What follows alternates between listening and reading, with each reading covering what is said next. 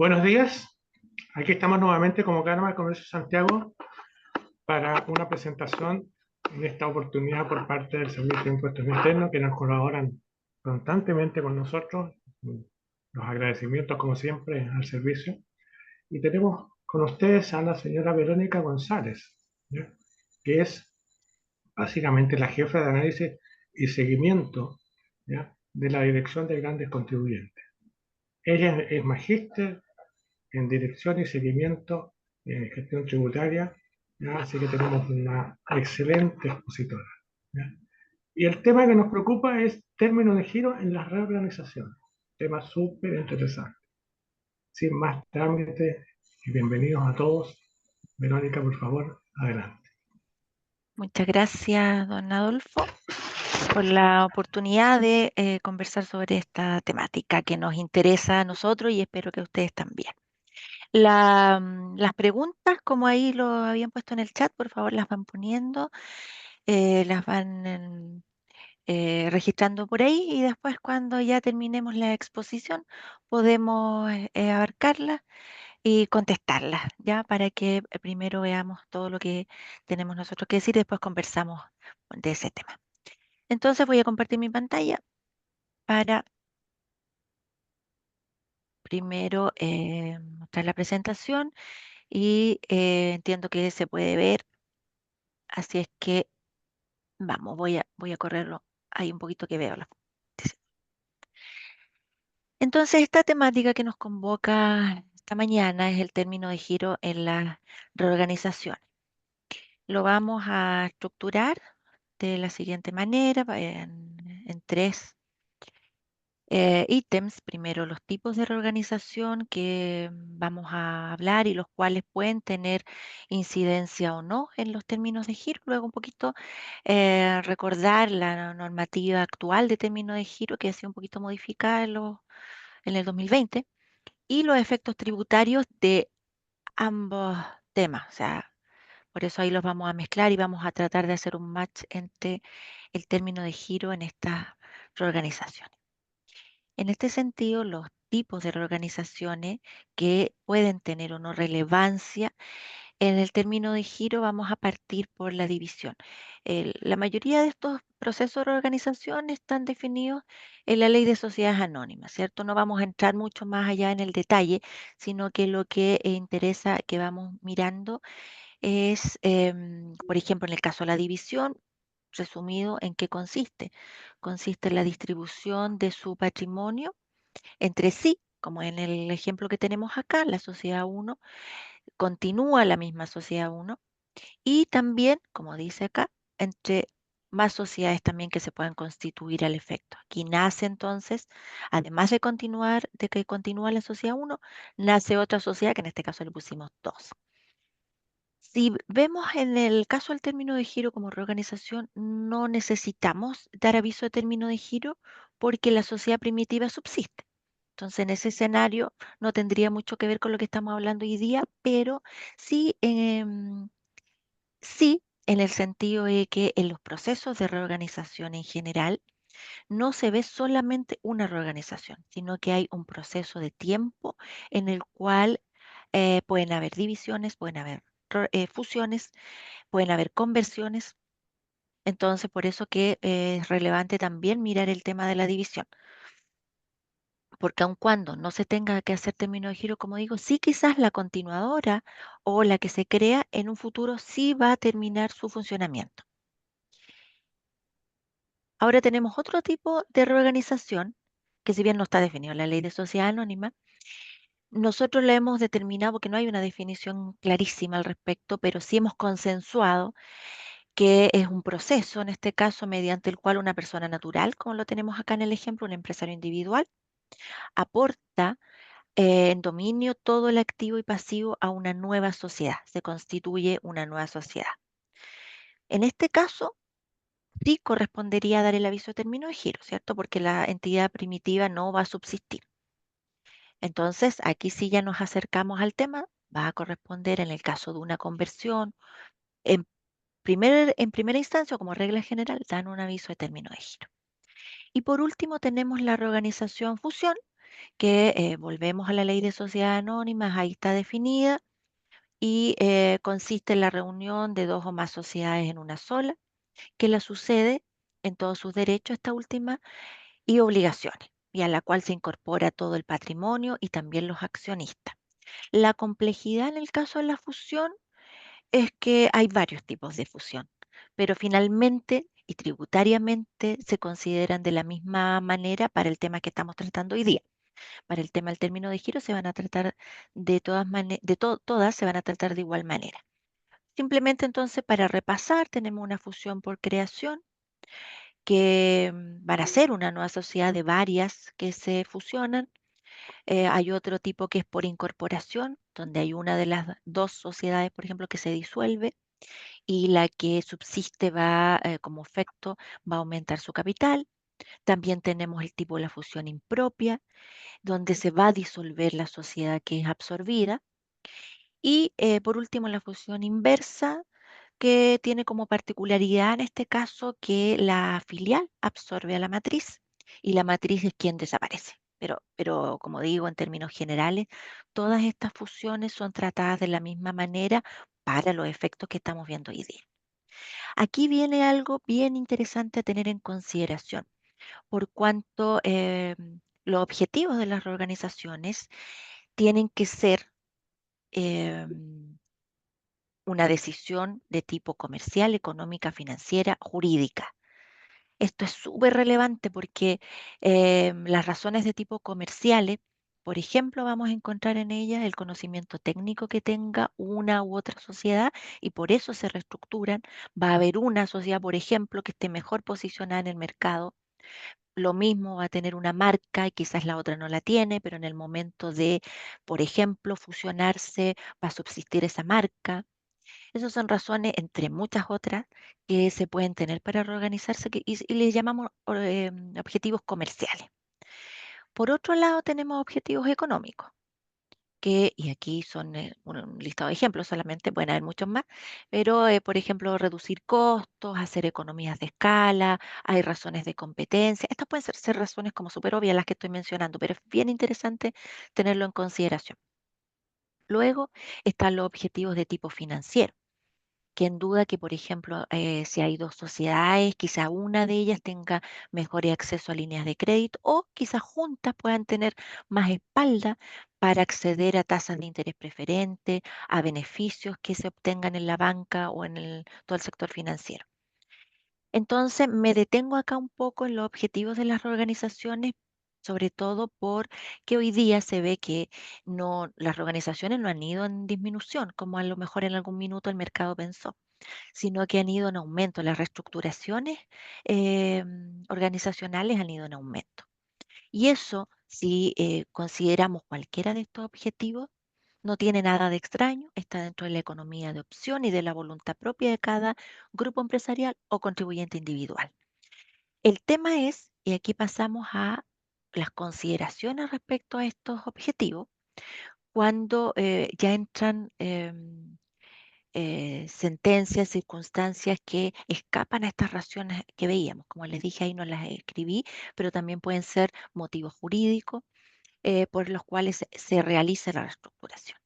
Entonces ahí entran otras temáticas como son la legítima razón de negocio. Y yo le puse consideraciones, porque en el fondo cuando el empresario o un grupo empresarial toma la decisión de reorganizarse, va a tener en cuenta estos objetivos que mencionamos. Y si toma en cuenta esos objetivos, de fondo va a haber una legítima razón de negocio. No va a haber ningún cuestionamiento por parte de la administración tributaria a esa reorganización. El tema y aquí legítima razón de negocio lo vamos a ver un poquito más adelante, que está en la ley, en el artículo 64, respecto a los aportes. Pero acá también hablamos de legítima razón de negocio en un contexto bastante más general, que uno hoy día le podría estar señalando en contrario, que no tenga un objetivo la reestructuración meramente fiscal o tributario. Porque si se persigue solamente un objetivo meramente fiscal o tributario, no vamos a tener una legítima razón de negocio y en consecuencia seguramente no se vieron los objetivos que señalamos en la lámina anterior, sino que van a ser solamente fiscales o tributarias, solamente de rebajar la carga impositiva, por ejemplo, que no implica que en una reorganización no pueda tener un efecto de baja en la carga impositiva, que eso es súper diferente, sino que aquí estamos hablando desde el origen, qué es lo que se busca con esta reestructuración. Entonces, como les mencionaba, en el último tiempo se ha visto, el último tiempo me refiero como 10 años, 15 años, se ha visto que se efectúan bastantes reorganizaciones y pueden haber áreas grises de repente. Pueden haber momentos a lo mejor en que el empresario, cualquiera de ustedes como intermediarios, como asesores de los contribuyentes o el propio contribuyente tenga dudas respecto a estos objetivos, a estas consideraciones. Entonces, en ese escenario es que la Administración Tributaria, a través de la reforma del Código Tributario, incorporó el artículo 26 bis. En ese sentido, la reforma indica que a través de ese artículo se pueden presentar consultas, vinculantes o no vinculantes. Yo anoté acá la última resolución que hay al respecto, que es la 112 del 2021. También tenemos la circular 41 del 2016, que es bastante anterior y que norma todas las consultas vinculantes y las no vinculantes. Pero si quieren tener como el desarrollo completo el procedimiento, vayan a estas dos fuentes y esta última resolución aplica sobre todo en la consulta vinculante. Un poquito más adelante voy a ir con esto de nuevo y voy a poner algunos ejemplos para que a lo mejor sea un poquito más didáctico. Y en ese mismo escenario es que ya en el año 2014, ¿cierto? Se estableció la norma general antilucía, hoy día súper en boga con la tramitación de la reforma nuevamente, entonces hoy día estamos en conversación y aparentemente esto va a quedar radicado en tribunales, que no era lo que el servicio pretendía, pero el acuerdo parece que para allá va. Pero el asunto que la norma general antielusiva no tan solo va a seguir, sino que entiendo que de todas formas se va a potenciar. Y más adelante también vamos a ver un caso que aplica a lo que estamos conversando. Entonces, el término de giro respecto a lo que estamos conversando, de todas las reorganizaciones que habíamos visto, conversión, fusión, división en términos generales, y veíamos que en algunas aplica, como en el tema de la conversión y en el tema de la fusión, y no aplica en el caso de la división, ¿cierto? Bueno. Y aquí, para ir a lo mejor a algo mucho más operativo, la revisión del término de giro como tal, en cualquiera de las circunstancias, estemos en un proceso de organización o no, em, se introdujeron algunos cambios en el año 2020 y lo que se busca que siempre se ha buscado. La verdad que la reforma, vamos a ver qué es lo que introdujo, pero lo que siempre se busca es que el contribuyente y la administración tributaria por su lado, cada uno por su parte, tenga como última instancia de determinar diferencias o subsanar algunos errores, que existan algunas correcciones que hacer. Bueno, se hace en ese periodo. Ahora, lo que hay que tener claro es que no tan solo el contribuyente cuando presenta su término de giro, no tan solo la administración tributaria va a mirar ese año, puede también ir para atrás a los periodos que por supuesto no estén prescritos. ¿Ya? Pero también eso es como bien importante tenerlo en consideración porque a veces el contribuyente presenta sus determinaciones impositivas y considera que solamente le tenemos que mirar ese año. ¿Ya? Y sin embargo, si es que se da el caso y es un término de giro completo donde el servicio va a pedir antecedentes, de todas maneras está en su facultad para ir a mirar hacia atrás.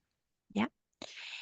Acá quería mostrarles, y aquí voy a cambiar de pantalla, les quería mostrar un, un folleto que el servicio ya tiene desde hace 4 años. No es que vaya a ser la tremenda novedad que les voy a mostrar, pero de repente si alguno de ustedes no lo ha visto y no sabe cuáles son los pasos todavía, yo igual lo muestro porque es relevante mirarlo.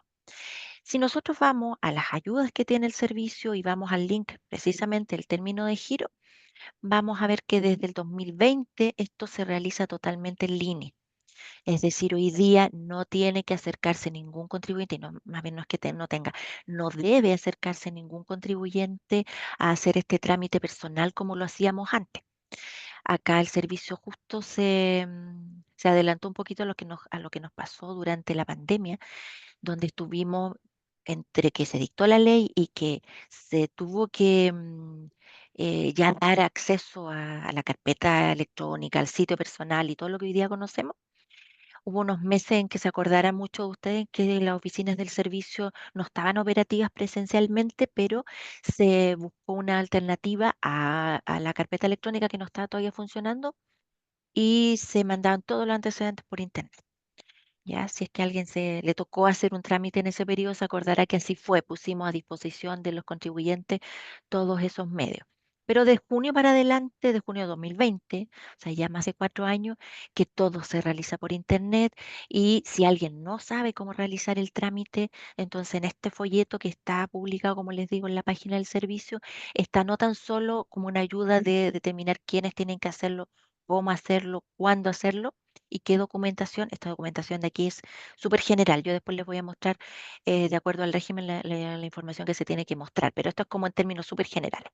Y después el paso a paso, porque al hacerlo por internet está la opción de que inmediatamente si es un contribuyente que el sistema y el servicio haya catalogado como a lo mejor más sencillo, le va a entregar inmediatamente un certificado.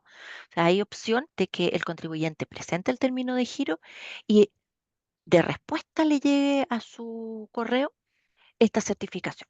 Si no es así, el propio sistema intuitivamente, por eso hay varios pasos más, les va a decir complete otro antecedente, aporte cierta información y si es del caso y si le piden más información, esto se va a un funcionario, o sea, a una persona de impuestos internos quien va a revisar y quizás también pueda pedir mayores antecedentes.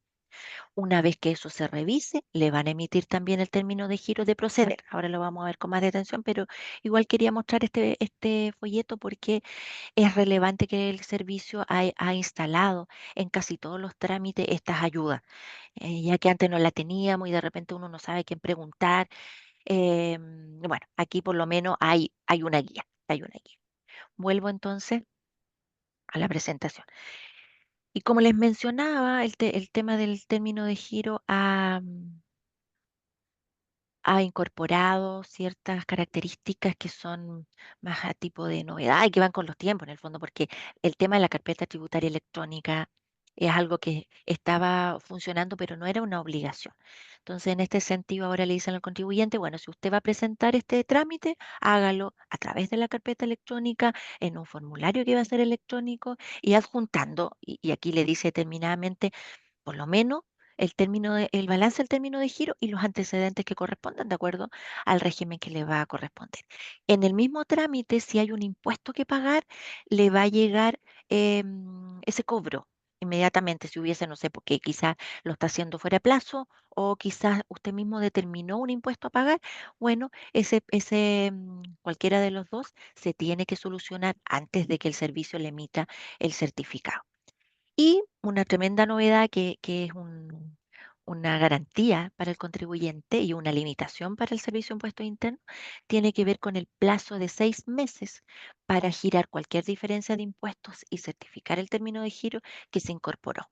Entonces, esto si bien está del 2020, yo creo que el último año por lo menos se ha visto masivamente nuestra respuesta frente a ello, ¿ya?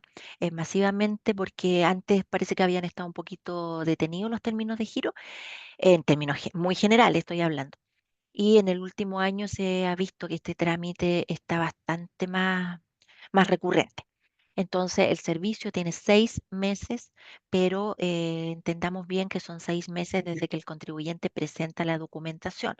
Es decir, no es tan solo el aviso de término de giro o llenar el formulario 2121, sino que tiene que tener las determinaciones y si se le solicitan antecedentes, también tiene que adjuntarlo.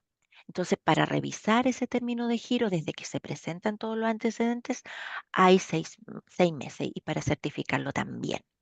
Si no nos pronunciamos, es decir, la Administración Tributaria no dice nada, en este caso se va a entender aceptada la declaración del contribuyente. Entonces, es súper relevante para nosotros como administración tributaria tener, pero muy al día estos temas. Nosotros estamos muy, muy preocupados de los plazos, pero también el contribuyente, que es a quien se le tiene que dar esta certeza, también tiene que estar entonces encima, porque si se llega a pasar este plazo, entonces, como dice muy bien la ley, se tiene que entender aceptada la declaración del contribuyente.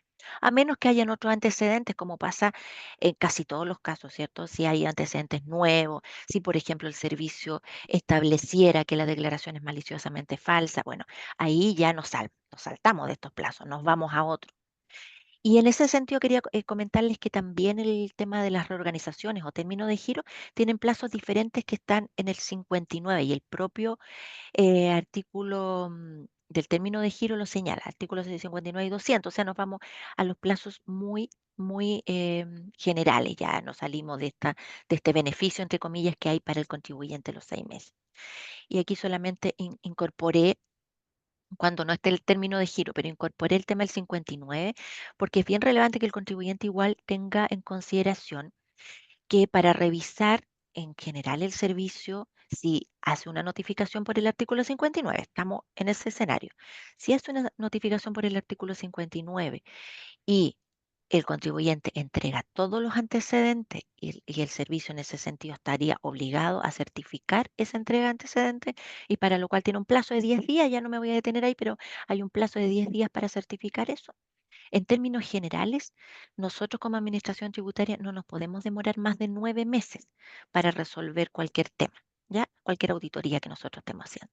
Pero hay casos excepcionales y por eso yo se los pongo acá, porque el tema de las reorganizaciones o los efectos, y entonces aquí incluimos el término de giro, porque el término de giro puede traer efectos de reorganizaciones, va a ser un plazo excepcional de 12 meses. O sea, ya no va a ser la regla general, sino que va a ser un plazo que es el que está señalado acá y que el servicio consideró, y así lo consideró el legislador también, que son casos súper complejos. También hay otros, pero los otros no nos interesan en este momento.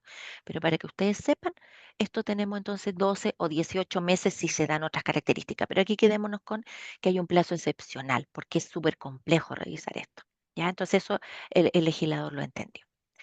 Volviendo al término de giro, ya esto es simplemente una excepción para quienes no tengan señal y puedan ir a la oficina. Hoy día quizás es como extraño esto para nosotros que estamos, por ejemplo, ubicados en Santiago, pero hay otras regiones donde esto sucede. O, por ejemplo, lo que sí nos ha pasado el último tiempo, no tenemos acceso a energía eléctrica o la zona está determinada, declarada como de catástrofe. Entonces, en esos casos sí pueden concurrir a las oficinas, o sea, está todavía esa alternativa. Para todo lo demás, online. Tenemos un plazo para certificar esto que estábamos conversando, y ese plazo es de 15 días. O sea, una vez más, aquí el legislador estableció certezas para el contribuyente. Y algo que nos atañe totalmente a lo que estamos conversando hoy día, que es el inciso cuarto. Este inciso no se modificó, este inciso sigue tal cual y señala que las empresas individuales no pueden convertirse, y ahí vamos a lo que estábamos recién hablando del tema de la conversión, ni sociedades aportar o fusionarse sin dar aviso de término de giro. Eso es como la regla general. Si uno a primera vista entonces dice, entonces en una conversión, en un aporte, en una fusión, hay que dar aviso de término de giro, este que estábamos conversando recién. Sí, es la regla general.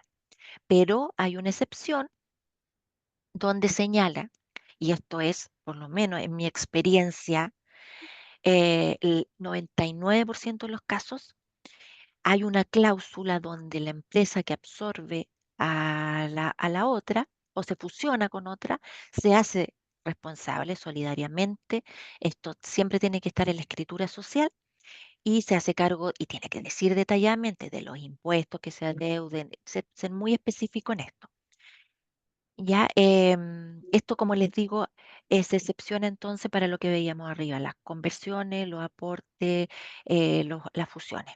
Entonces, ¿estamos en qué escenario? En el escenario regla general, hay que dar un aviso de término de giro. Si nos vamos a lo particular y a lo específico, el servicio dice no, pero ojo, acá si el que subsiste se hace solidariamente responsable de todos los impuestos y lo pone en esta cláusula en una escritura pública, entonces, ok, puede No haber un término de giro completo, ¿cierto? Como le denominamos, completo, no significa eso, y eso es lo que dice el inciso siguiente, que exime a la empresa, por ejemplo, que desaparece de hacer un balance de término de giro y pagar los impuestos que pudieran resultar. No, no, eso sigue vigente, eso sigue vigente. Pero diferente es hacer un trámite completo del término de giro. En este caso, hay una contraexcepción. Yo aquí la incorporé, hay un oficio, el 1643 del 2023, donde hay una contraexcepción. O sea, ¿en qué caso sí o sí tiene que haber un término de giro completo? Y se los voy a mostrar brevemente el oficio, ¿del cual dije? 1600, ahora no lo encuentro, 1643. Este oficio, que es del 2021, responde a una pregunta que le señala al contribuyente porque va a haber una fusión. En este caso es una fusión internacional. Entonces, en el caso de cuando haya una fusión internacional, es decir, cuando la empresa absorbente esté fuera del territorio de Chile, sí o sí tiene que haber un término de giro completo para que no... Y incluso, y es lo que me ha tocado ver, incluso que pongan la cláusula de responsabilidad solidaria, que es lo que estamos viendo. No importa, aun cuando venga la cláusula, de todas maneras la obligación de la empresa domiciliada en Chile es hacer término de giro completo, ya para que aquí no vaya a haber confusiones, porque no significa que al poner la cláusula, en este caso de reorganizaciones, se exima de la obligación de dar un término de giro completo. Tiene que dar ese término de giro y determinar su renta de acuerdo al 38 bis de la ley de la renta. Entonces aquí estamos en una contraexcepción de lo que vamos a conversar. Quizás es un caso que no se dé recurrentemente, pero por lo menos a mí me ha correspondido verlo. Y entonces aquí, ojo, igual, puede que alguno de ustedes le, le hagan una pregunta o que esto se vaya a generar. Así es que aquí está la única contraexcepción del término de giro simplificado. Vuelvo a la presentación. ¿Ya? Oficio 1643 del año 2023. Si no tenemos un caso entonces de fusiones internacionales, ya, entonces podemos hacer un término de giro simplificado, solamente determinar los impuestos a esa fecha y pagar los impuestos que resulten o no, porque se puede determinar base imponible o no, ¿cierto? Entonces, en ese sentido, vemos que en general, para los trámites de término de giro en general, no tenemos que hacer ni un formulario 2121 ni determinar los impuestos de acuerdo al 38 bis. Aquí simplemente pongo esto para dar cuenta de que hay algunas incorporaciones a la normativa del término de giro que es ya del 2020 y tiene que ver lo mismo, que va poniendo límites a la acción fiscalizadora y una certeza para el contribuyente. Cuando nosotros tengamos que hacer una revisión de acuerdo aquí, de acuerdo a aquello, debemos citar, por ejemplo. Sí o sí debemos citar. También hay un caso de particular em, que tiene que ver con la prescripción del artículo 200. En general, el artículo 200, una prescripción, si es la ordinaria, son 3 años, ¿cierto? Y que se va a aumentar en varios casos. Por ejemplo, en el caso de la citación, normalmente por 3 meses, excepto en este caso. En este caso es el único caso donde ese plazo se va a aumentar en un año desde que se notifique la citación. Así que hay ojo que puede haber un plazo muy diferente al resto de las revisiones que pueda hacer la administración tributaria. Entonces los dejo ahí. Y también hay una nueva incorporación que tiene que ver con una resolución que no es una certificación, sino que solamente tiene el objetivo de que los contribuyentes que estén inactivos se emita este documento por parte del servicio para no tener tantos contribuyentes que estén en esta condición de inactivos.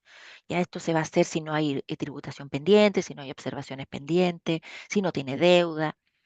Ya, pero para que se entienda, no es una certificación de término de giro.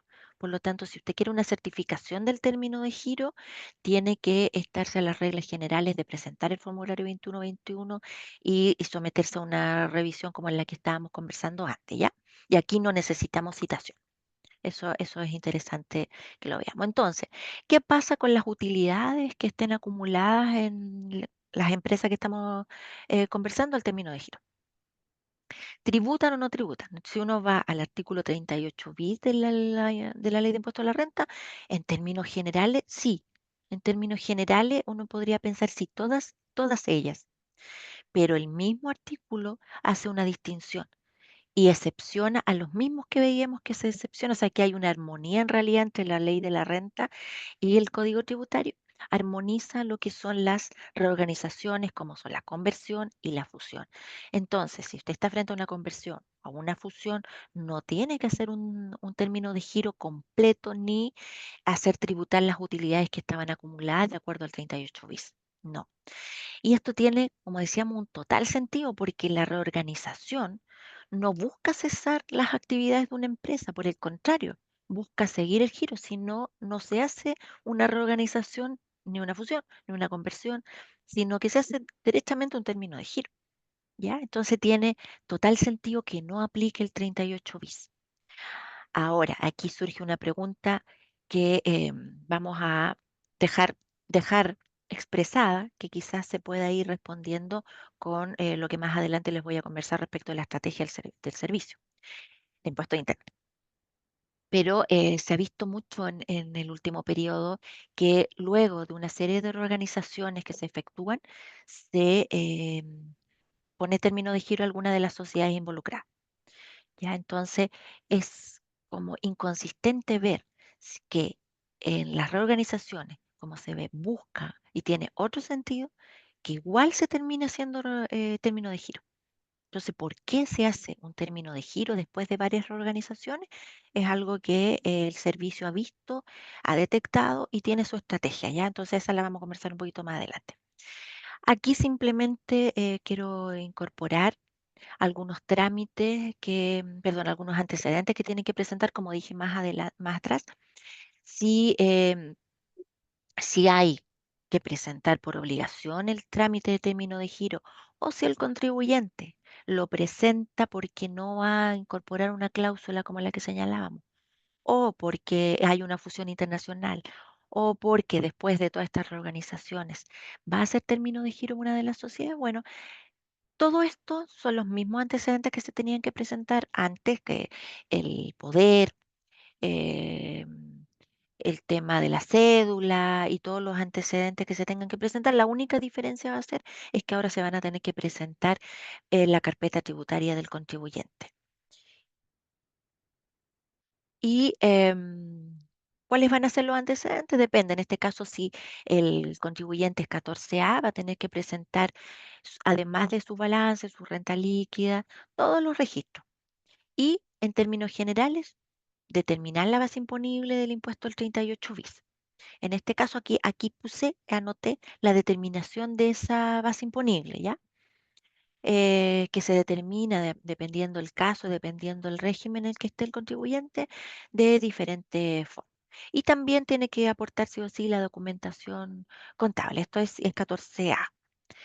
Si es régimen ProPyme, va a ser diferente porque obviamente no tiene todos los registros, no son obligatorios todo lo que teníamos en el caso anterior, igual que para determinar el capital propio y también la base para determinar el impuesto del 38 bis va a ser distinta, va a ser totalmente diferente y es la que anoté por acá abajo. No me voy a detener acá porque, como les digo, en términos generales, las reorganizaciones, en las reorganizaciones no se debería aplicar el término de giro. Pero aun cuando aquí dejo expuestos los antecedentes. Y por último, si hay un PROPYME transparente, son ¿cierto? Totalmente diferentes los antecedentes, va a tener un libro de caja, un libro de ingreso, egreso, bueno, esto en total armonía con lo que cada uno, con los registros de que cada uno tiene que llevar en ese sentido y la determinación de la base imponible también es totalmente distinta a los otros casos. Aquí cada uno tiene su caso, cada uno tiene su documentación y su determinación de la base imponible. Y ahora vamos a la parte final de los efectos tributarios que tenemos y aquí es donde podemos a lo mejor intentar hacer un match entre el proceso de las reorganizaciones y el término de giro. Porque en términos estrictos, tributariamente hablando, el efecto único que se debiese ver en una reorganización empresarial es respecto al capital propio tributario. Em, Porque en general una reorganización empresarial tiene una neutralidad impositiva, eso es lo que debiese ser. No hay efectos impositivos que se tengan per se, pero a través del capital propio tributario y su determinación, lo cual hoy día es totalmente relevante para todos los regímenes y para todas las organizaciones, sí acaba a tener una relevancia bien grande, porque, por ejemplo, si hay fusiones empresariales donde se determine un goodwill o un badwill, entonces se va a tener y va a tener eso un efecto impositivo, o va a tener un agregado, o va a tener una deducción a nivel tributario, entonces sí va a ser tremendamente relevante. No se ven otros efectos. Entonces aquí el único que podría tener un rol súper importante es el capital propio. Incluso en el artículo 14C, que es donde se señala a nivel de registro y en cuanto a las reorganizaciones, cómo se tienen que traspasar de acuerdo a los regímenes tributarios que se tengan y que está detallado en el 14.6 y en la circular al respecto, pero son efectos tributarios en general de registro para llevar el control del capital propio, del mismo capital propio. Entonces, como digo y como insisto, el único efecto tributario que se tiene que dar es en este sentido. En este sentido, no hay otro sentido en el que se debiera a primera vista tener efectos tributarios, ¿ya? Entonces, teniendo eso en consideración, vuelvo a las consideraciones que había hecho hace varias láminas atrás, porque estábamos conversando que si bien los objetivos, la decisión del empresario, del grupo empresarial, de hacer una reestructuración tiene que tener su pilar económico, financiero, jurídico, comercial, pero al contrario de eso, si nosotros estamos viendo como administración tributaria que el objetivo es meramente fiscal o tributario y en este proceso hay varias organizaciones o una, a lo mismo, en un proceso de esta naturaleza y que hay un término de giro involucrado, lo haya o no lo haya, estábamos conversando en antes que el legislador incorporó el artículo 26 bis, donde se pueden responder de modo vinculante o no vinculante consultas que haga el contribuyente al respecto, porque efectivamente aquí pueden haber varias áreas que no estén solucionadas por completo, que el contribuyente tenga sus dudas. Entonces aquí les quiero mostrar respecto del 26 bis, donde ustedes pueden ir a mirar esto, que a veces es relevante para tomar una decisión, ver si eh, el contribuyente por sí mismo, su asesor o asesores lo pueden estar llevando a tomar alguna decisión, que se consulte acá. Puede ser, ahora mismo a la lámina del administrador del contenido tributario, ahí lo tenemos. Si nosotros entramos por el Servicio de Impuestos Internos y vamos a entrar a las normas, vamos a consultar el artículo 26 bis. Aquí lo tengo justo en otro. Aquí lo tengo, el código tributario. Si yo voy buscando y introduzco mi consulta en el 26 bis, que es como lo puede ser cualquiera de ustedes, por eso que les digo que es bien relevante que puedan tener acceso a esto, lo tenemos todo. Para tomar una decisión, acá hay muchas preguntas respecto a las reorganizaciones en general que nosotros como Administración Tributaria hemos respondido. Y ustedes pueden ver toda la normativa asociada al código, al artículo 26 bis, las circulares, las resoluciones, pero lo interesante que les quiero mostrar acá son las consultas y las respuestas a esas consultas. Porque si uno está en la duda como contribuyente o como intermediario, como asesor, puede recurrir acá. O sea, por un lado puede hacer la consulta, ¿cierto? Puede hacer la consulta al servicio y para eso, como les mencionaba, está la vía y una resolución y una circular que norman todo el proceso.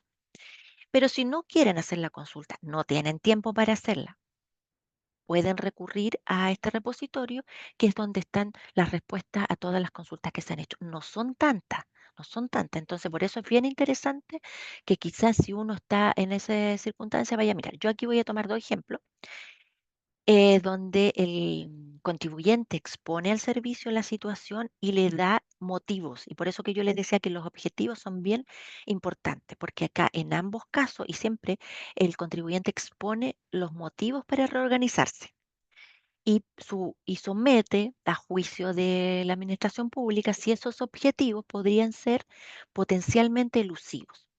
Entonces les quiero mostrar un caso donde vamos a partir por donde el servicio dice sí, podría ser potencialmente elusivo. Les digo al tiro la respuesta. Pero vamos a mostrar en los dos escenarios.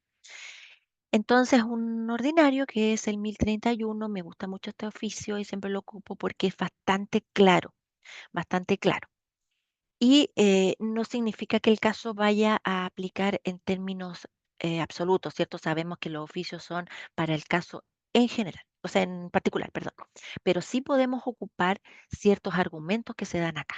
Entonces, en este caso, a la pregunta de la reorganización, el contribuyente expone los objetivos principales que tiene.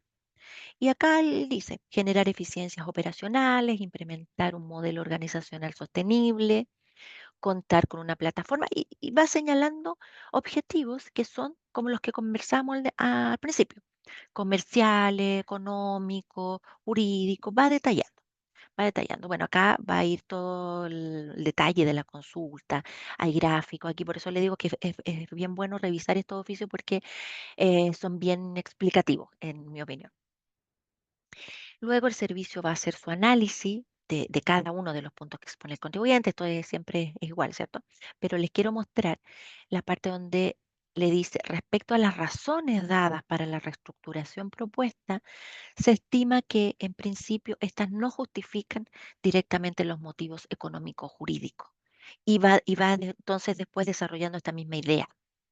Por eso es importante el tema de los motivos y las consideraciones que estamos conversando. Y bueno, después voy a la conclusión directamente y le dice, podría calificar de elusivo. Y aquí, tomándome de una pregunta que me hicieron el otro día, señalo que el servicio siempre va a decir podría en los casos que la pregunta que se hizo es no vinculante. Cuando la pregunta es no vinculante, quiere decir que entregan antecedentes al servicio, pero sin un nombre ni una situación concreta. Entonces el servicio emite una respuesta en potencial. Por eso le dice podría. ¿Ya? Si en el caso que se haga una pregunta vinculante, es decir, va a ir el contribuyente específicamente con su RUT a indicar los movimientos de reorganización que quiere realizar y lo va a someter a juicio del servicio, el servicio le va a contestar no en potencial, sino que le va a contestar directamente sí o no. ¿Ya? También vamos a encontrar esas respuestas a las consultas vinculantes, sin nombre, por supuesto, aquí en esta misma página que yo les estoy mostrando. ¿Ya? Y por otro lado, como les había dicho, les voy a mostrar también uno que es más reciente todavía que este, que es el oficio 3092 de diciembre del 2023, donde le preguntan, le preguntan al servicio si es efectivamente una legítima razón en el caso de la economía de opción y que no constituye abuso de simulación. Quería poner antecedente ahí la pregunta, porque eso es lo que está preguntando el contribuyente. Y muestra las fusiones que quiere realizar. En este caso son fusiones. Ya hay fusiones, varias fusiones, varias fusiones. Entonces, ¿qué dice el servicio? Y también le presenta los motivos. Dice, mire, yo quiero, no sé, pues simplificar mi malla, le presenta las razones que para él son económicas, por ejemplo. Entonces, frente a eso, el servicio, después de hacer el análisis, le indica, se observa que la reorganización consultada se desarrolla mediante dos fusiones, ¿cierto? Y vamos al punto, dice, cuyas consecuencias jurídicas tributarias se solicita analizar al amparo de esta norma y dice corresponde determinar si son o no razones económicas y jurídicas distintas a las meramente tributarias. ¿Y qué les dice en este caso el servicio? Les dice, las fusiones señaladas tendrían a priori la aptitud de integrar nuevas líneas de negocio. Y así va desarrollando cada uno de los puntos que dice el contribuyente, diciéndole, sí, en realidad lo que usted está diciendo y el objetivo que está buscando, que es económico, jurídico, comercial, financiero, sí se ve que se logra, se logra ese objetivo. Entonces le responde que no constituiría actos o negocios que pudieran ser considerados abusivos. Ya aquí les quería poner las dos caras de la moneda porque es interesante ir a mirar entonces, cuando uno está frente a estos procesos, de qué es lo que señala el servicio en estos términos. Ya, vuelvo entonces a la presentación. Entonces, bien interesante tener esto en consideración si uno tiene la duda o si ve que quizás hay un efecto impositivo también, pero que quizás no es el primario, el básico. Ya ahí les dejo y como les digo, hay harto oficio para entretenerse ahí buscando si el caso puede ser similar al que uno está viendo o derechamente está la resolución y la circular para que uno pueda hacer una consulta vinculante o no.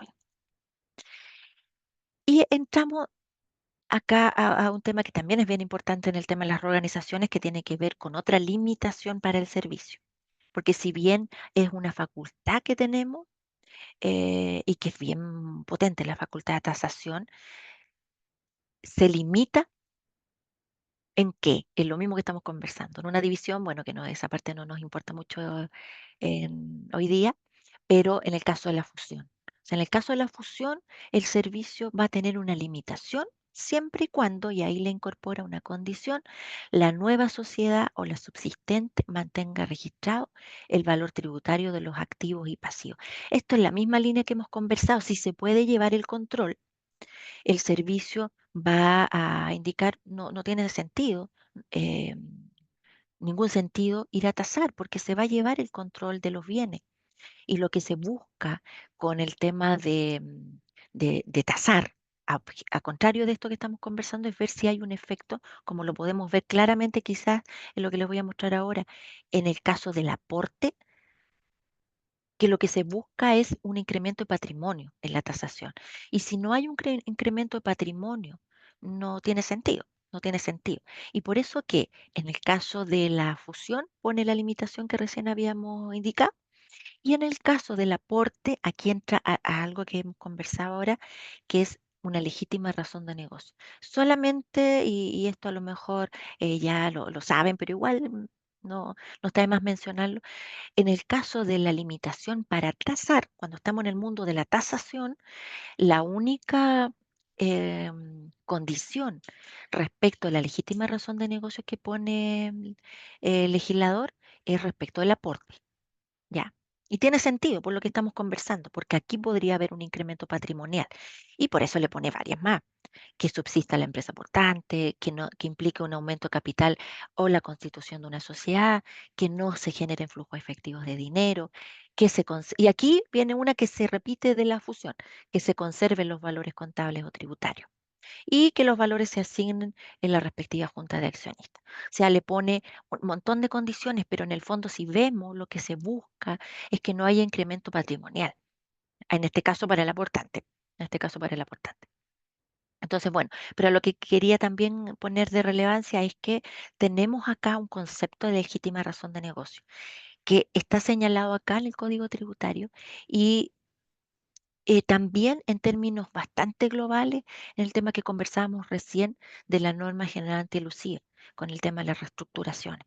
Pero esa es una legítima razón de negocio que puede llamarse igual o le podemos llamar que tenga un, un real, que busque en realidad motivos comerciales, lo que conversamos al principio. Pero no confundir, porque son en el fondo es lo mismo, pero la ley solamente lo establece para el caso del aporte. Y ahí también puse un oficio que lo podemos encontrar en el mismo artículo 64, si lo buscamos en este administrador de contenido normativo, es que es el oficio 41. Y lo quiero incorporar porque el servicio se ha pronunciado al respecto. Y voy con el oficio, perdón que me mueva por toda la pantalla, pero ahí voy. Y en este caso, es respuesta a una consulta vinculante. ¿Ya? Es decir, aquí hubo un contribuyente que preguntó con nombre y apellido y dijo, mire, yo quiero hacer esto o aquello. ¿Aplica la tasación en mi caso? ¿ya? Y aquí el contribuyente, o sea, el servicio le respondió. Entonces acá vamos a ver que él preguntaba específicamente por el 64 del Código Tributario que está, que es la parte que estamos viendo.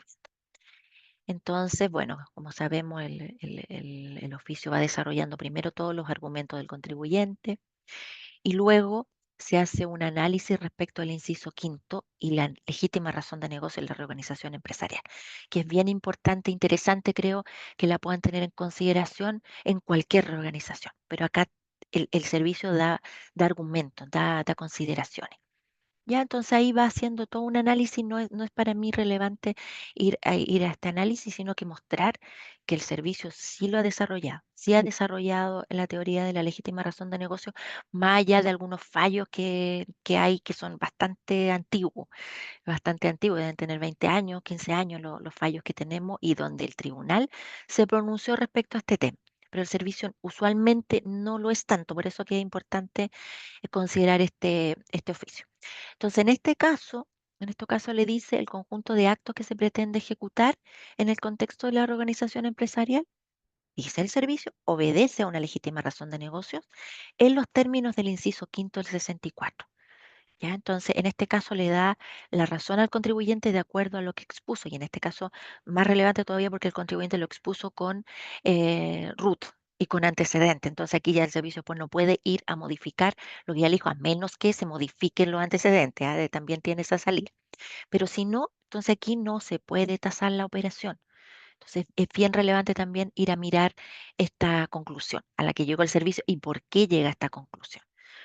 Aquí no tenemos tiempo a lo mejor para desarrollar por completo este oficio ni todos los demás, pero se los dejo ahí expresados y les dejo marcados dónde están para que ustedes lo busquen. Pero tenemos este pronunciamiento, ya considérenlo. Ya. Y por último, donde decimos el match donde hay, porque en términos generales, como hemos señalado, y ya lo he repetido 40 veces, en términos generales, las reorganizaciones no aplica el término de giro completo. No hay que determinar una base imponible ni afectarla con el 38 bis. Se va a excepcionar de todo aquello. Pero como les mencioné hace un momento, el servicio ha estado viendo que los contribuyentes están presentando términos de giro luego de las reorganizaciones. Entonces ha puesto su ojo en ello. Y yo sé que a lo mejor la mayoría de ustedes saben que el servicio en su plan estratégico y en los planes anuales donde aterrizan, por decirlo así, la estrategia que el servicio declare que es pública y que usted la googlea, la encuentra, también puede googlear esto. Cada año el servicio revela un plan de gestión de cumplimiento tributario. Dice dónde va a poner el ojo, dónde va a poner el foco y cómo lo va a hacer. ¿Ya? Entonces esto es bien interesante porque para este año, o sea, el 2024, del plan de gestión que se publicó en marzo, vamos a mirarlo un poquito en detalle que se pronuncia respecto de lo que estamos conversando. Voy a ir, voy para allá. Pero antes, y perdón que se me olvidó un tema respecto del catálogo, porque antes de ir al PGCT del año. Lo que pasa es que el catálogo de esquemas tributarios que presenta el contribuyente todos los años también es un insumo que ustedes pueden tomar para mirar de repente si hay alguna duda respecto de las organizaciones que estén planteando, que estén decidiendo, que estén ahí antes de realizarse. Y entonces les quería mostrar la página donde el servicio publica todos los años, el último que tenemos es el del 2023, porque normalmente se publica el último trimestre del año, así que del 2024 lo vamos a tener próximamente. Pero al 2023 no voy a descargar el documento completo, pero simplemente les quiero mostrar que en la página está cada año y va por tipo de impuesto, haciéndolo muy simple para ir a mirar. Y en particular les quiero mostrar un caso, y todos los años hay reorganizaciones, todos los años, pero les voy a mostrar uno que en mi opinión, que es en el 2018, es el caso 28, eh, que en mi opinión es muy sencillo si uno quiere ir a mirar qué es lo que va a ir a analizar el servicio en tema de elusión. Entonces acá hay una reorganización que según el servicio está realizada con el objeto de no generar badwill, ¿ya? Este es un caso, como les digo, de los primeros que hay del 2018. El catálogo creo que partió el 2016. Entonces, este es uno de los primeros casos que salió. Por lo tanto, es bueno darle una miradita porque para temas a lo mejor esquemático uno puede ir mirando en qué se va fijando, porque quizá el servicio en los últimos años ha ido incorporando operaciones que son mucho más complejas y que son a lo mejor internacionales. Si no tengo algo internacional y tengo algo acá en Chile y es quizás un poquito menos complejo, este caso les puede servir bastante. Entonces, acá se nombran a los partícipes. Yo sé que a lo mejor todos ustedes han participado en los lanzamientos de los catálogos. Simplemente lo voy a repasar, por eso no les voy a dar más la lata con esto. Pero acá hay unas fusiones y entre medio hay una división. ¿Se acuerdan que yo en un momento dije, ¿por qué hablo de la división? No porque en realidad tenga algún efecto en lo que estamos mencionando, sino porque pueden haber divisiones, y eso es lo que se ve si ustedes revisan el catálogo, prácticamente en todas las figuras hay divisiones antes de las fusiones. Son como pasos que se dan que uno podría decir de catálogo. Se dan pasos de catálogo donde hay divisiones incorporadas y luego hay fusiones. Entonces, en este caso, señala el servicio que producto de estas operaciones, la sociedad no habría generado un badwill, ¿cierto? Que todos entendemos que habría que reconocer un ingreso. Entonces, haciendo estos pasos, no los reconocería. Y entonces aquí las razones comerciales, económicas, financieras, jurídicas, se pierden un poquito porque pareciera que solamente había razón de tipo fiscal. ¿Ya? Solamente les quiero mostrar acá que en la segunda página de cada uno de los casos viene el análisis que hace el servicio. Y qué es lo que se puede mirar para que ustedes también pongan atención ahí, ustedes que son en general intermediarios, asesores, en general pongan ojo acá, qué es lo que el servicio está mirando y lo está revelando, lo está declarando. Y la normativa. Esto les quería mostrar, así que me disculpan porque se me había quedado en el tintero junto con las consultas 26 bis. Y entonces vuelvo a mi PGCT, vuelvo a mi PGCT. Si nosotros buscamos el PGCT, que es un documento más o menos largo, pero si nosotros lo vemos y como les señalaba, esto es donde el servicio declara y revela lo que va, en lo que se va a enfocar en el año. Entonces es bien importante que cada uno de ustedes lo tenga siempre a la mano junto con los otros insumos que les estaba mostrando, porque decir el servicio, esto es lo que va a ver en realidad. Entonces, miren, primero, aquí en la página 17, ay, no sé, como que se ve medio rarito. No sé si a ustedes se les ve así, pero si se les ve así, voy a tratar de interpretarlo como difuminado, ¿no? Espero que se esté viendo bien, espero que se esté viendo bien. Si no, si alguien me avisa que no se está viendo bien, ¿se está viendo bien o se está viendo así como difuminado? Se está Se está viendo medio viendo borroso, Medio difuminado. borroso, Sí, sí, como sí, borroso. difuminado. A ver, no, vamos a cargar de nuevo. Ahí sí, sí, perfecto. ahí sí. Ahí Ahí sí, está, ahí, ahí está ahí está. perfecto. Ah, bien. Lo único que se me perdió lo que tenía marcado con amarillo, pero lo vuelvo a marcar. Lo vuelvo a marcar. Dentro de este plan, si uno va a la estrategia que tiene que ver con prevención y control, o sea, en el sentido cuando el servicio va a poner un foco, en este caso de control, tiene que ver con, y si ustedes lo ven acá, solicitudes o trámites con mayor énfasis en los términos de giro, que puedan involucrar planificaciones elusivas. Entonces el servicio acá está declarándolo, está diciéndole, ojo, que vamos a poner nuestra atención, nuestro foco en los términos de giro, que puedan involucrar planificaciones agresivas, elusivas en este caso. ¿Ya?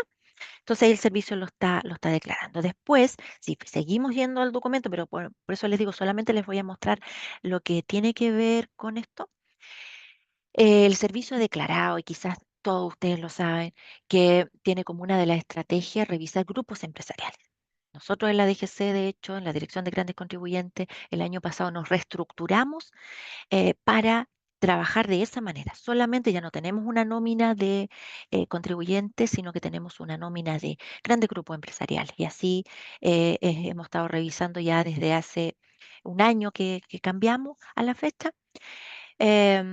con esta nueva estrategia. Esto se va a replicar y hay algunas regionales que están tomando como plan piloto esto, pero finalmente esto se va a realizar en todo Chile porque se ve, y ustedes también estarán de acuerdo con ello, que es mucho más eficiente revisar al grupo que revisar root a root. ¿Ya? Entonces, en este sentido, en el tema de los grupos empresariales y cómo el servicio lo quiere abordar, acá les voy a marcar, les voy a marcar la parte donde vuelve a nombrar qué dice el servicio, cuál es mi plan de acción. ¿Qué voy a hacer?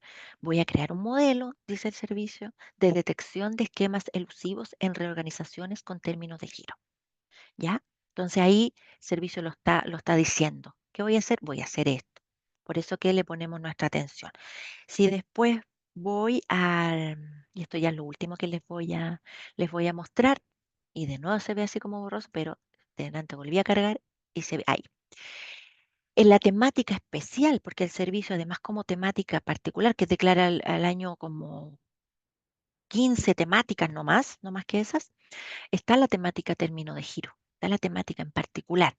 Entonces, y ahí en ese sentido quiere reducir los plazos de respuesta, pero también vuelve a señalar, vuelve a decir, aunque no fue suficiente con las dos veces anteriores, vuelve a señalar que va a prevenir y controlar la ilusión en el proceso de término de giro.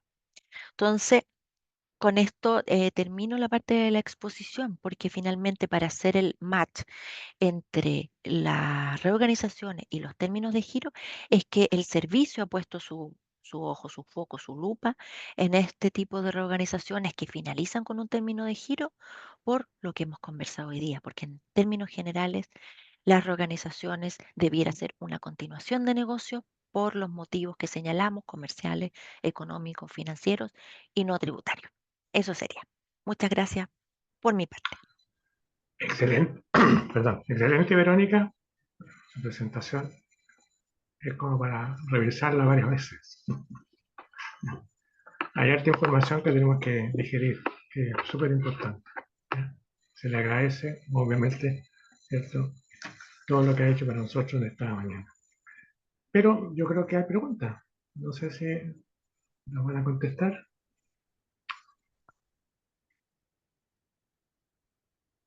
Hay una pregunta en el chat, don Adolfo, no sé si la puedo leer, ¿cierto? Perfecto, Hernán. Dice, lo voy a leer, la reacción no la tengo yo, pero a entenderla. Dice, en una fusión por incorporación, la sociedad absorbida, ¿ya? Cuando deba presentar su declaración de término de giro, al momento de informarse la fusión, una vez recepcionado el comprobante de modificaciones emitido por el servicio por fusión, informada u otra fecha, en entendido que la sociedad absorbida cese sus actividades al momento de la materialización de la fusión, inscripción en el registro de comercio. Eso leí la pregunta, todavía no entiendo cuál es la pregunta en detalle, en fin, pero está narrando efectivamente de una situación en particular. Y da a entender efectivamente esa inscripción en el registro de comercio. Está hablando de una pregunta más que nada, me imagino, con la certificación del término de giro, cómo pues, será la inscripción en el registro de comercio. Eso es más o menos lo que entiendo la pregunta. Buenos días. Bueno, de la pregunta yo la estoy leyendo también acá en el chat Ya. y entiendo que lo que está consultando es cuándo debe comunicar el término de giro a la sociedad absorbida. Si una vez que se comunica la fusión y se le autoriza a esta con su certificado o considerando el plazo del cese de las actividades. En este caso, como señaló Verónica, es uno de los casos en que si existe cláusula de responsabilidad de la sociedad continuadora, la sociedad absorbida no debe presentar el término de giro formal, vale decir, no debe presentar el formulario 2121, sino que con la comunicación de la fusión, en ese caso, una vez que se revisen los antecedentes de estos antecedentes base, vale decir, los antecedentes del balance que aporta sus determinaciones tributarias y los antecedentes legales que respaldan la fusión, se va a generar la anotación en nuestro sistema de término de giro. Pero no es un término de giro formal, por lo tanto no va a existir un certificado de término de giro, sino que va a quedar como respaldo el formulario en que se comunicó la fusión. Perfecto. Eso en términos generales. Ahora, si no existiese la cláusula de responsabilidad, que a mí acá en la Dirección de Grandes Contribuyentes, en el tiempo que estoy viendo estas materias, me ha tocado solo ver un caso. Se le solicitó al contribuyente que previo a informar la fusión comunicara el término de giro. No invitándolo a esperar los 6 meses para comunicar la fusión, sino que ingresara el término de giro por el formulario 2121 con sus antecedentes de respaldo en su totalidad y acto seguido comunicara la fusión. Eso hemos hecho acá. Sí, mira, otra pregunta que también el otro día se estuvo conversando. En el caso, por ejemplo, de estas fusiones y alguien por ahí o ese motivo, ¿cierto? No fue iluminado y no puso la cláusula del artículo 69 y después quiere ponerle una segunda oportunidad en la escritura, por ejemplo, argumentando que efectivamente cometió un error. ¿Existe la posibilidad de ajustar esta cláusula y ponerla en una escritura, no sé, complementaria, de ayuda, no sé? Pregunto, o efectivamente el acto ya quedó totalmente sanforizado y no puede existir Nosotros en esos casos, cuando llenan el formulario en línea, hay una opción en que dice que tiene la cláusula de responsabilidad. Si revisamos los antecedentes y esa cláusula no está, le hemos comunicado al contribuyente para que subsane su escritura. Acá en esta dirección. Habría que hacer un acto Interesante. Hay otros casos en que el contribuyente la coloca, pero lo hace en la escritura de disolución de la sociedad. Ya que a nosotros ahí le decimos que no nos sirve porque esa sociedad ya dejó de existir, por lo tanto necesitamos que la coloque en la escritura de la sociedad continuadora. ¿Ponen plazo en todo caso para subsanar el error? Bueno, en ese caso nosotros leemos, como los trámites van en línea, no se lo aprobamos y es lo que él demore en regularizar porque va a tener que probablemente cumplir con toda la formalidad legal. Perfecto, gracias. Porque la persona siempre se le olvida algunas veces, porque no nos olvidemos que de repente hay abogados tributaristas y abogados que no son tributaristas. Y se le olvida de repente, y nosotros como tributaristas tenemos en el paladar tributario esa cláusula, es como que parte de nuestra idiosincrasia tributaria. A eso voy yo. Entonces hay veces que hay errores de ese tipo. Por eso nos hemos encontrado con algunos contribuyentes o algunos asociados con ese problema.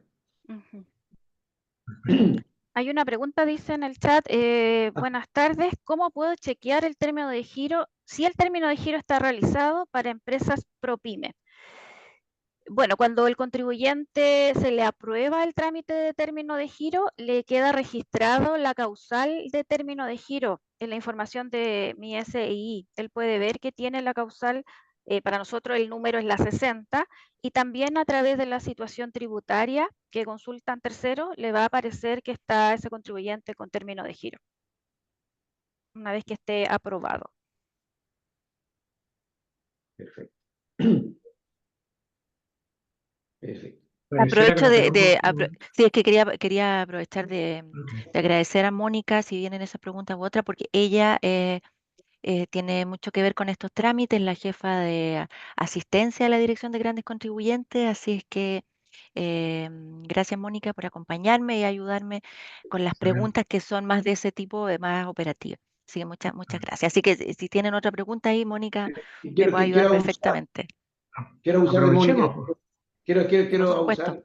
¿En qué sentido? Mira, también siempre nos han preguntado también de repente cuando toman esta decisión de hacer el término de giro y en forma paralela tienen que tomar la decisión de hacer la reliquidación en global complementario, ya de acuerdo al plazo de hasta 10 años, ¿cierto? Entonces se nos complica mucho porque el formulario no nos da esa opción. Entonces, al no darle la opción, se nos empieza a complicar un poco. ¿En qué sentido? Tendremos que hacer un formulario paralelo, tenemos que hacer un escrito, iremos presencialmente. Entonces, ahí se nos complica un poco la parte operativa de la posibilidad de reliquear el global complementario cuando tomo esa opción en el momento mismo del término giro. Sí, el formulario electrónico he visto por situaciones que hemos contratado acá en la oficina que tiene algunos problemas, tal como usted señala en este caso y en otras situaciones.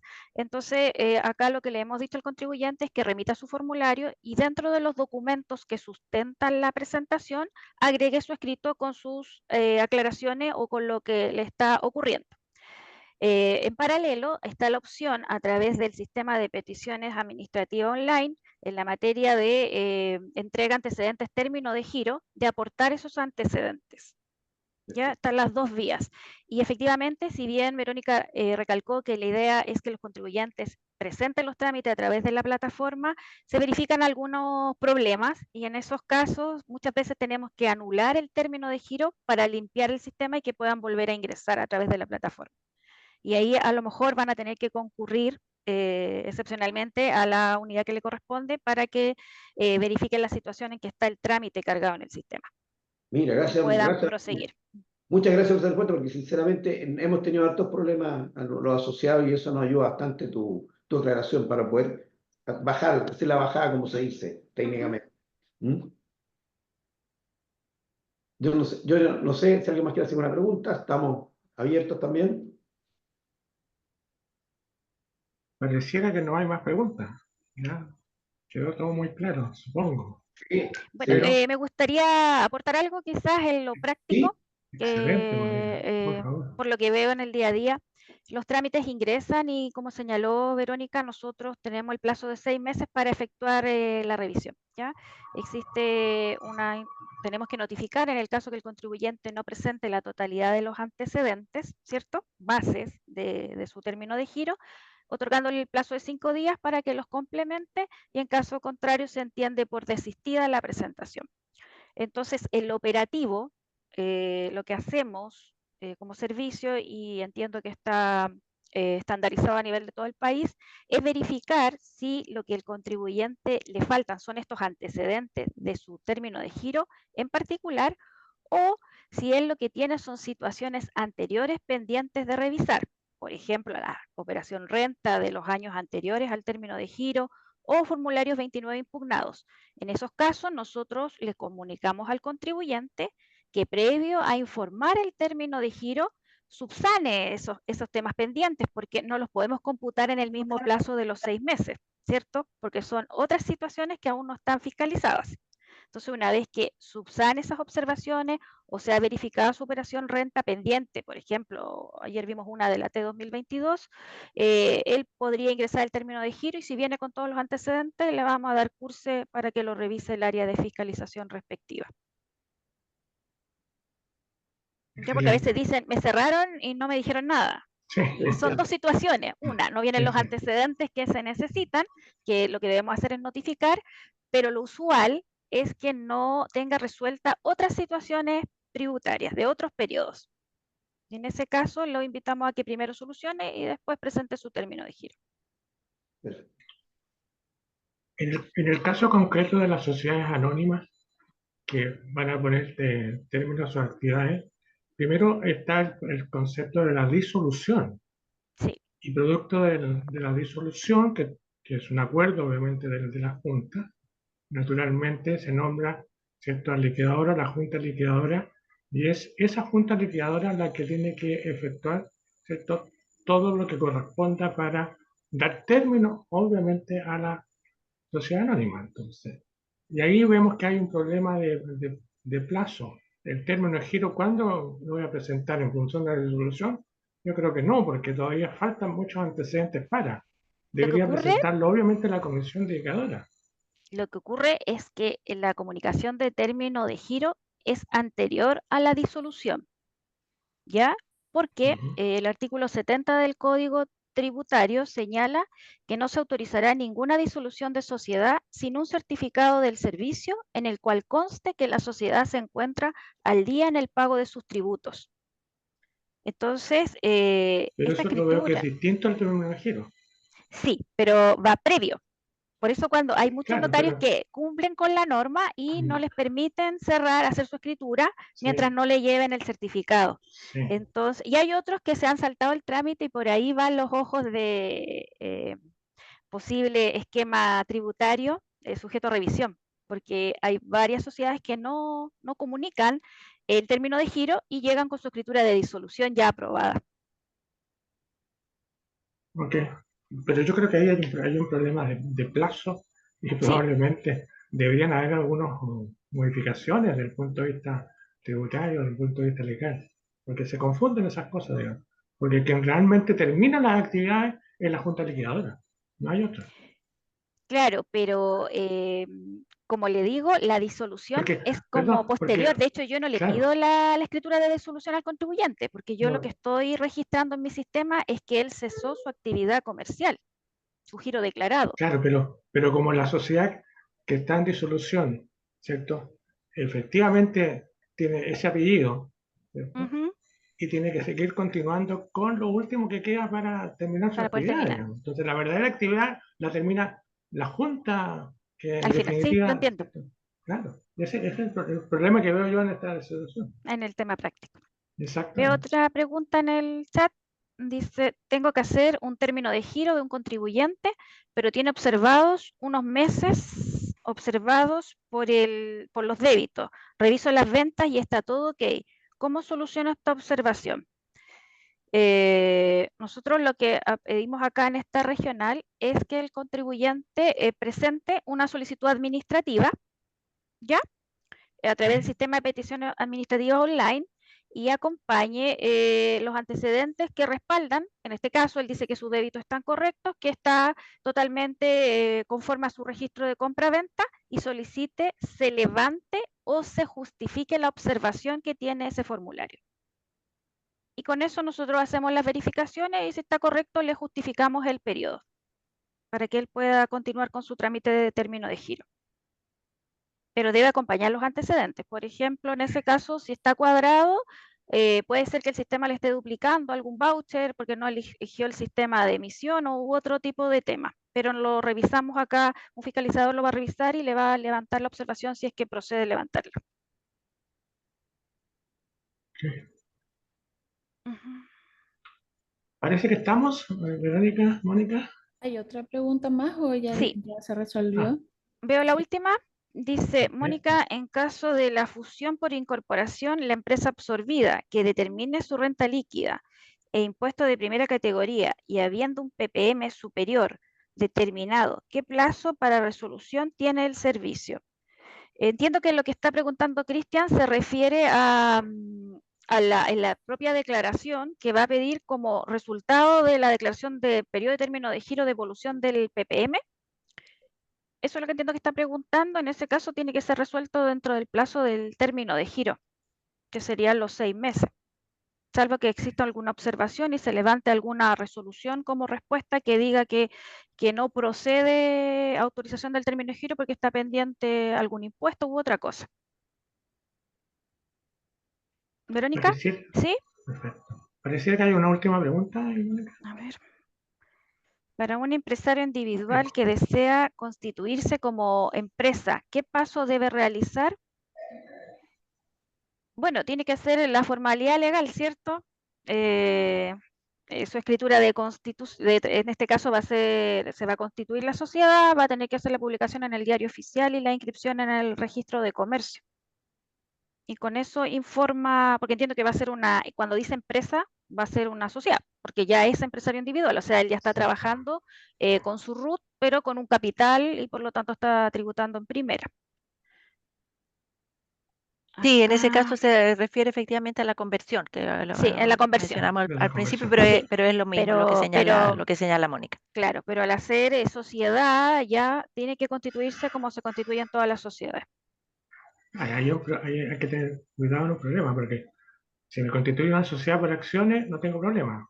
Exacto, Yo ahí no. puedo ser un Sí, accionista, sí, pero sí. cuando tengo algún otro tipo de sociedades, tengo que tener al otro socio o al otro accionista. Es que igual va a tener que hacer la formalidad legal, si se va a Exactamente, convertir. Sí, pero yo creo que hay que tener ese cuidado. sí. No es que yo me caiga a constituir como sociedad limitada y tengo un puro socio, digamos. No, porque puede ser No puedo. IRL también, ¿por cierto? Exactamente, Sí, puede claro. ser eso. Ya. Pero en Pero el uno fondo ve esos problemas de repente. sí, para ver qué tipo jurídico va a adoptar, ya es su decisión, Exactamente, pero la formalidad es la misma siempre lo mismo. para la Exactamente. constitución de sociedades. Sí, exacto.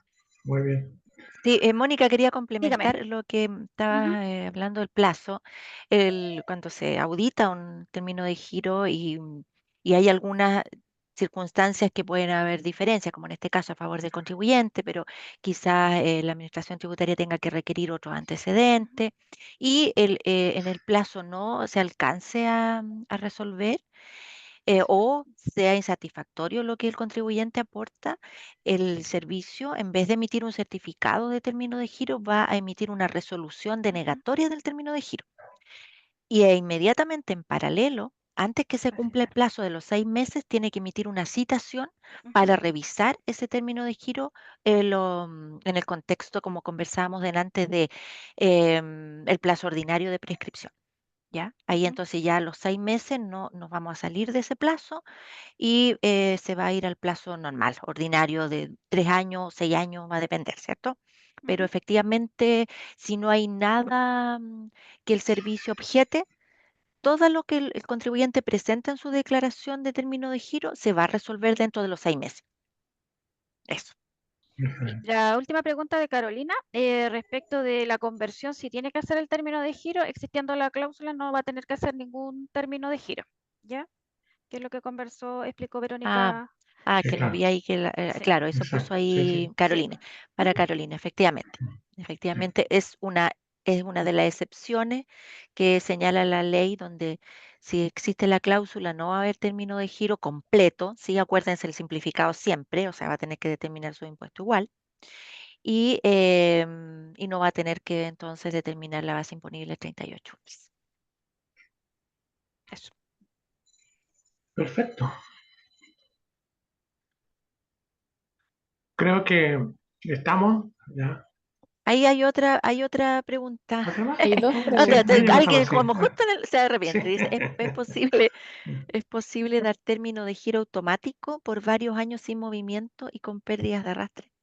Eso el servicio, cuando son varios años sin movimiento, ya sea en renta o en IVA, emite una resolución con todas las situaciones, perdón, con toda la nómina de contribuyentes que está en esta situación y les declara el término de giro como de oficio, ¿ya?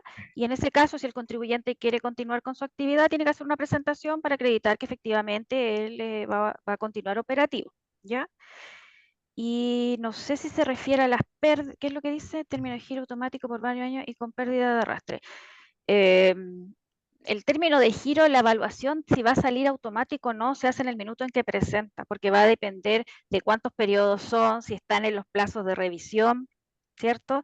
Me refiero a si está dentro de los plazos de prescripción todavía para hacer verificaciones o no. Pero eso es una evaluación que se hace cuando se ingresa a la presentación. No es como estándar. No es que digamos todos van a salir inmediatamente con el certificado. No es así. Pero ahí complementando, Mónica, el Ujú. tema de las pérdidas de arrastre no es un argumento para no certificar el término de giro. ¿Ya? Exactamente, pero va a requerir revisión porque ella habla del término de giro automático. Sí, Ujú, exactamente. ujú. Bueno, creo Y que debemos aquí, dar por terminado la ya, lo presentación, último, aquí ¿cierto? estoy leyendo de Carolina, ¿Hay que más? Carolina Perfecto. dijo, es como traspasar a la nueva sociedad todo el balance. Ah, claro, que siguiendo con el tema de la Ah, conversión que ella misma sí, había preguntado. Sí, sí. exactamente, traspasas todo, los Sí, sí. activos, los pasivos, todo, se traspasa completo. Claro, y tiene que conservar los valores tributarios para que no tenga problemas. Requisito Aquí hay otra, fundamental. Cristian le pregunta a Mónica, yo te voy a hacer la pregunta de Cristian. Dice, ¿el término de giro simplificado obliga al contribuyente por sistema continuar presentando sus declaraciones de tipo mensual? Lo he constatado, dice, ¿cómo se regulariza eso?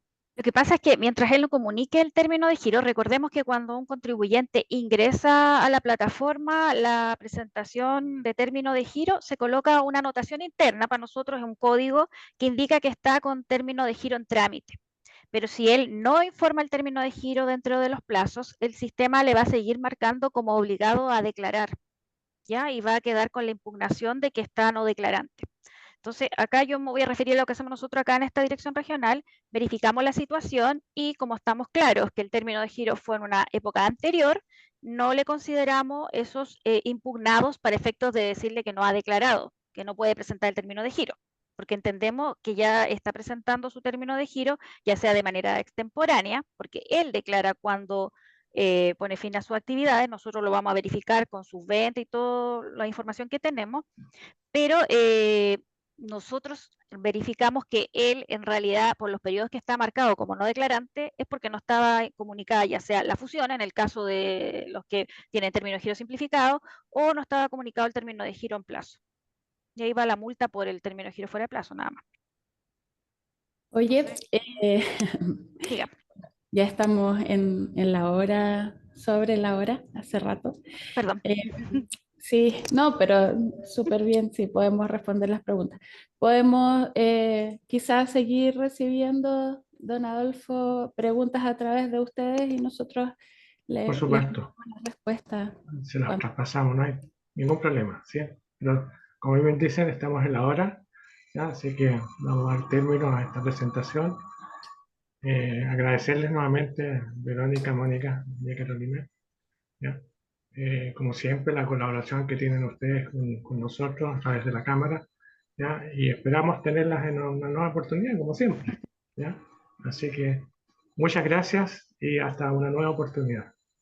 Estén muy Muchas bien. gracias. Gracias a ustedes, Excelente. Hasta luego. que estén muy bien. Yo también.